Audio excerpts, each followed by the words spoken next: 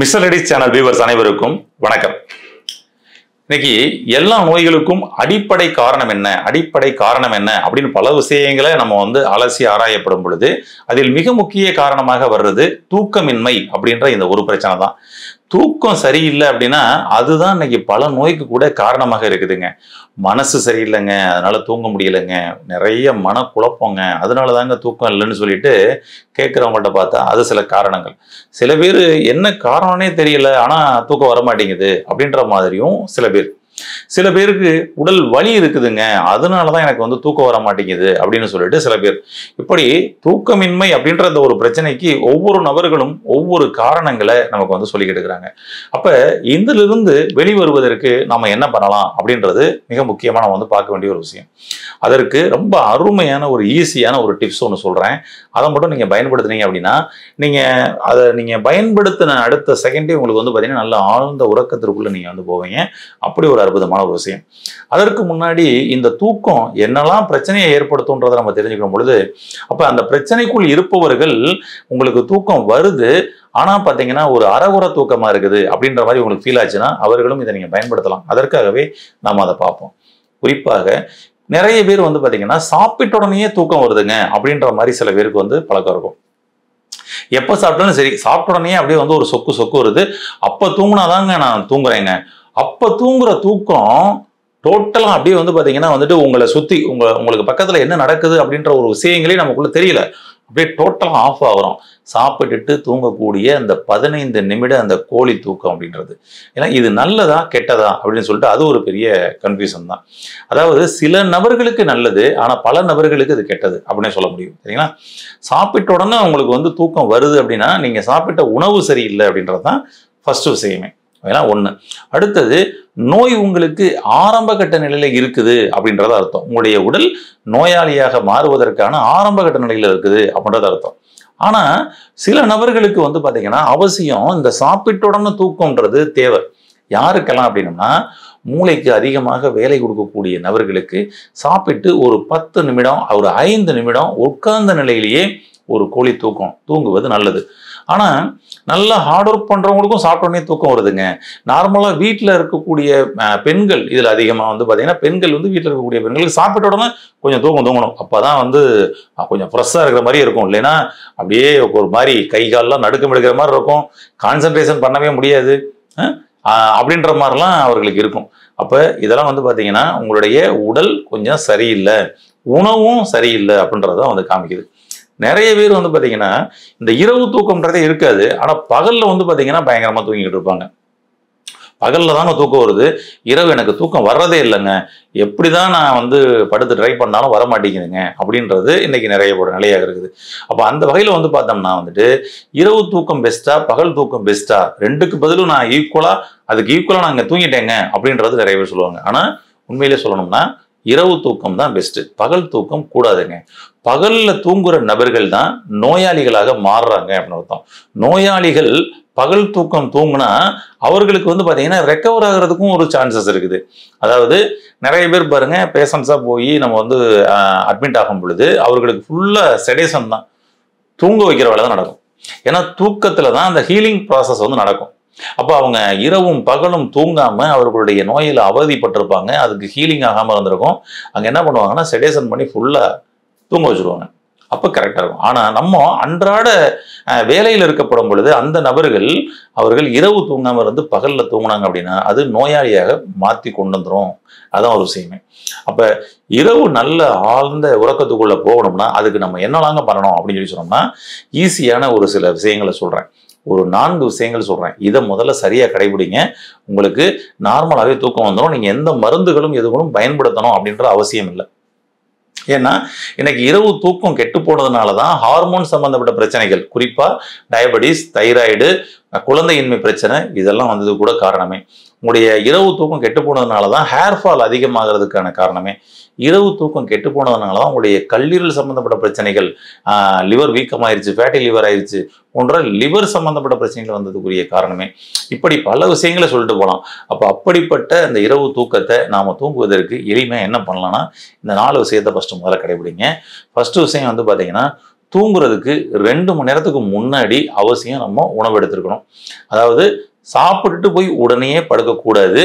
இது உங்களுக்கு வயிறு முட்டி இருக்கும், உள்ள செரிமான மண்டலங்கள்லாம் அப்போ வந்து வேலை பார்த்துக்கிட்டு இருக்கும். செரிமான மண்டலங்கள் வேலை பார்த்துக்கிட்டு இருக்கப்படும் பொழுது உங்களுக்கு பீனியல் கிளாண்ட்ல இருந்து நமக்கு ஹார்மோன் சுரக்காது. ஏன்னா உள்ளுக்குள்ள ஏதாவது ஒரு ஆர்கன் வந்து பார்த்தீங்கன்னா, நான் வந்து செரிமானம் பண்ணுற வேலை இருக்கிறேன், சத்தை எடுத்து கொடுக்குற வேலை இருக்கிறேன், இப்போ ஒரு வேலை பார்த்துக்கிட்டு இருக்காரு, நான் எனர்ஜியை கொடுக்கணும் அப்படின்னு சொல்லி ஏதாவது ஒரு உறுப்பு சிக்னல் கொடுத்துச்சுனாலே அங்கே உங்களுக்கு பீனியல் கிளாண்ட்ல இருந்து வரக்கூடிய ஹார்மோன் வராது, தூக்கம் வராது. அப்போ நம்ம என்ன பண்ணியிருக்கணும், நம்ம எப்போ சாப்பிட்டாலும் சாப்பாடு சாப்பிட்ட உடனே 20 நிமிடத்திலிருந்து 2 மணி நேரம் ஆகுது நம்ம உடம்பு வந்து செரிமானம் பண்ணுறதுக்கு. அப்போ நம்ம சாப்பிட்டு 2 மணி நேரம் கழிச்சு நீங்கள் போய் படுத்தீங்கன்னா நீங்கள் சாப்பிட்ட சாப்பாடு நன்கு செரிமானமாகி அது அப்படியே சத்துக்களாக மாறி நமக்கு வந்து உடம்புக்கு வந்து கிடைச்சிருக்கும். அப்போ அதுதான் பெட்டர். அதற்காக தான் தூங்குவதற்கு 2 மணி நேரத்துக்கு முன்னாடி படுத்துருங்க அப்படின்றாங்க. இதுதான் பெஸ்ட். ஒன்று. அடுத்தது வந்து பார்த்தீங்கன்னா, நீங்கள் வந்து அந்த தூங்க போகிறதுக்கு முன்னாடி வெதுவெதுப்பான தண்ணியில் ஒரு குளியல் போட்டுட்டு அதுக்கப்புறம் நீங்கள் தூங்க போய் பாருங்கள், என்ன மாற்றம் நடக்குதுன்னு பாருங்களேன். ரொம்ப சூப்பராக இருக்கும். ஏன்னா நீங்கள் காலையிலேருந்து வேலையில் நீங்கள் போய் பார்த்துட்டு வரப்படும் பொழுது நிறைய அங்கே வந்து கிளைமேட் சேஞ்சஸ் எல்லாம் இருந்திருக்கும். நீங்கள் வெயிலில் போயிருந்திருப்பீங்க, அடுத்து வந்து உடனே ஒரு ஏசி ரூமுக்குள்ளே போய் என்ட்ரு ஆகிருப்பீங்க, அங்கேருந்து திரும்பவும் நார்மலாக வெளியில் வந்திருக்கலாம், அப்புறம் திரும்ப நீங்கள் உள்ளே போயிருந்திருக்கலாம்.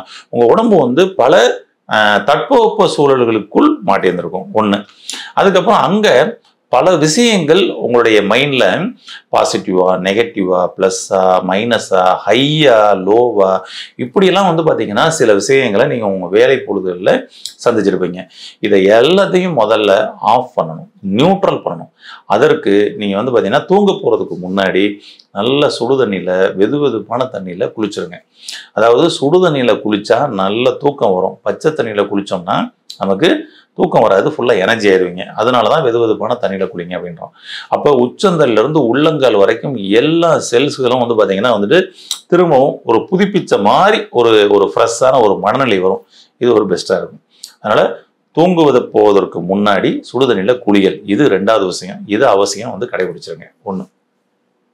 அதுக்கப்புறம் நைட்டு நீங்கள் வந்து தூக்கத்தில் படுத்திருக்கப்படும் பொழுது நீங்கள் அப்போ தான் வந்து பார்த்தீங்கன்னா நிறைய பேர் வந்து பார்த்தீங்கன்னா இந்த வீட்டில் உள்ள பிரச்சனைகளை பூரா பேசிக்கிட்டு இருப்பாங்க. சரிங்களா? ஆமாம், அவனுக்கு என்ன பண்ணணும், இது என்ன பண்ணணும், அந்த கடனை கொடுக்கணுமே, இன்னைக்கு இவன் வந்தானா, அதை வாங்கினியா, சொந்தத்துக்கு அங்கே ஊருக்கு போகணுமே, இது அதுன்னு சொல்லிட்டு என்ன பண்ணுன்னா வீட்டில் உள்ள கவலைகளையும் பிரச்சனைகளையும் அந்த நேரத்தில் பேசிக்கிட்டு இருப்பாங்க. இது முதல்ல தவறு. ஏன்னா உங்களுடைய மூளை எப்பொழுதுமே உங்களுக்கு சொல்யூஷன் கொடுக்குற வேலையை அவர் பண்ணிக்கிட்டே இருக்கிறார். அப்போ உங்களுக்கு சொல்யூஷன் கொடுக்குற வேலையில் பண்ணப்படும் பொழுது நீங்கள் அதுக்குள்ளே போய் பிரச்சனைகளை உள்ளே கொடுத்துக்கிட்டே இருந்தீங்கன்னா இந்த பிரச்சனைகளுக்கான சொல்யூஷன் அப்படின்னு சொல்லிட்டு என்ன பண்ணோம்னா உள்ளுக்குள்ளேயே தேட ஆரம்பிச்சிடும். அதனால தான் இப்படி நடந்துச்சு, இதனால தான் அப்படி நடந்துச்சு, அது அப்படி நடந்திருக்கக்கூடாது, இது இப்படி நடந்திருக்கக்கூடாதுன்னு சொல்லிட்டு என்ன பண்ணணும்னா நைட்டு ஃபுல்லாக வந்து பார்த்தீங்கன்னா மைண்டில் ஓடிட்டே இருக்கும். அப்போ நீங்கள் அப்படி தூங்கப்படும் பொழுது உங்களுக்கு தூங்கின மாதிரி இருக்காது. காலைல எழுந்தோம் அப்படின்னு சொல்லி சொன்னோம்னா சும்மா ஏதோ ஜஸ்ட் ஒரு 10 நிமிஷம் 15 நிமிஷம் தான் தூங்கினேங்க, மீதியெல்லாம் எனக்கு எல்லா விவரம் தெரிஞ்சுக்கிட்டே இருந்துச்சு, நான் பிறண்டு படுத்துக்கிட்டே இருந்தேன்னு சொல்லிட்டு நிறைய பேர் இருப்பாங்க.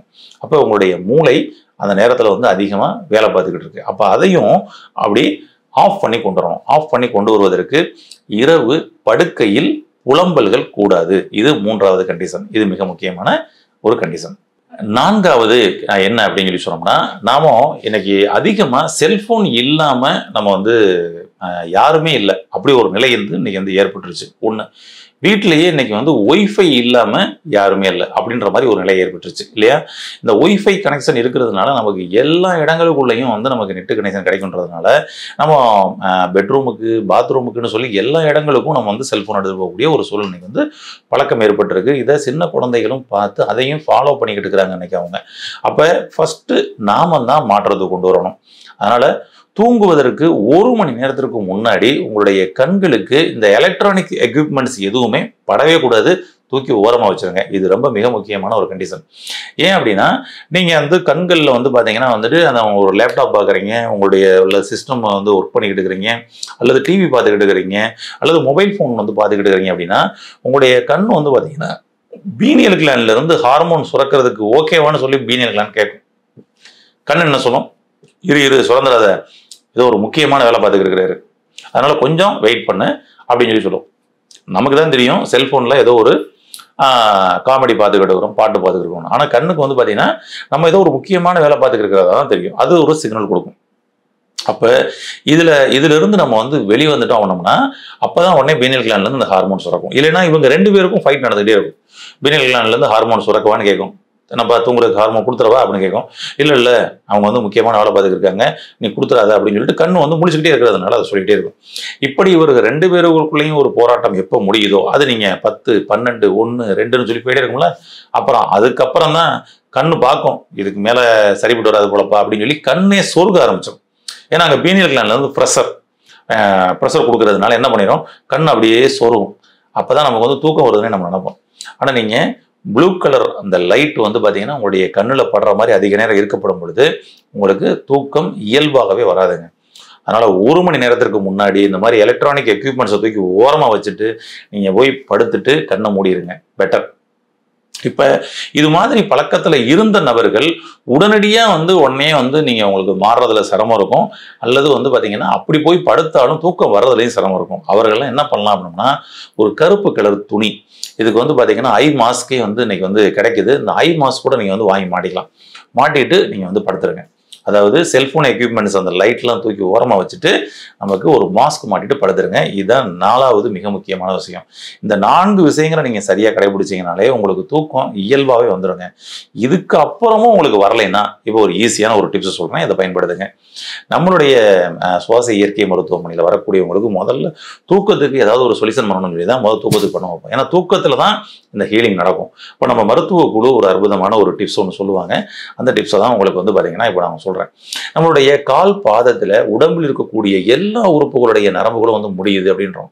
அப்ப இந்த உறுப்புகள் முடிவடையக்கூடிய இந்த இடத்துல நாம சிகிச்சை கொடுக்கப்படும் பொழுது உள்ளுறுப்புகளுக்கு வேகமா, அதாவது பாத்தீங்கன்னா வந்துட்டு நொடிக்கு 350 கிலோமீட்டர் ஸ்பீட்ல வந்து பாத்தீங்கன்னா அந்த எனர்ஜி வந்து பாஸ் ஆகும் அப்படின்றதுதான் இதோட சயின்ஸ்.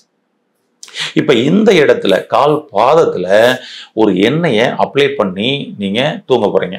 அது என்ன எண்ணெய் அப்படின்னு சொல்லி சொன்னோம்னா ரொம்ப ரொம்ப ஒரு அற்புதமான நம்மளுடைய முன்னோர்கள் பயன்படுத்திய வள்ளலார் சொன்ன ஆமா கரிசலாங்கண்ணி தைலம் ரொம்ப அற்புதமா இருக்குங்க. இந்த கரிசலாங்கண்ணி தைலம் அப்படின்றது வந்து பாத்தீங்கன்னா நம்ம உடல் முழுவதும் குளிர்ச்சி அடைய செய்யக்கூடிய ஒரு தைலங்க. பெட்டர், நல்ல உடல் முழுவதும் குளிர்ச்சி பண்ணும். ஏன்னா நீங்க பாருங்க, தூக்கம் யாருக்கெல்லாம் இல்லைன்னு பாருங்களேன், உடம்பு முழுவதும் பயங்கரமா ஹீட் இருக்கும். நீங்க உடம்பு முழுவதும் ஹீட்டை குறைக்காம ஒரு மாத்திரையை மட்டும் வாங்கி சாப்பிட்டுக்கிட்டு நான் தூங்கணும்னு சொல்லி நினைச்சீங்கன்னா அதான் கஷ்டங்க. அப்ப நீங்க இந்த கரிசலாங்கண்ணி எண்ணெயை எக்ஸ்டர்னல் அப்ளிகேஷன்ல தான் பண்ண போறீங்க. எப்படி தூக்கம் வருதுன்னு மட்டும் பாருங்களேன். பெட்டர். இதை கால் பாதத்தை ஃபர்ஸ்ட் வந்து வாஷ் பண்ணிக்கணும். வாஷ் பண்றதுக்கு சுடுதண்ணி போட்டு சால்ட் போட்டு வாஷ் பண்ணிக்கங்க. முடிஞ்சா கொஞ்சம் மஞ்சள் பொடி கூட போட்டுக்கலாம். போட்டு அப்படியே வாஷ் பண்ணுங்க. வாஷ் பண்ணிட்டு நல்லா பலபலன்னு சைனிங்காக வந்துடும் கால் பாதம். இப்போ அந்த கரிசலாங்கண்ணி தைலத்தை எடுத்து அப்படியே தேய்ங்க.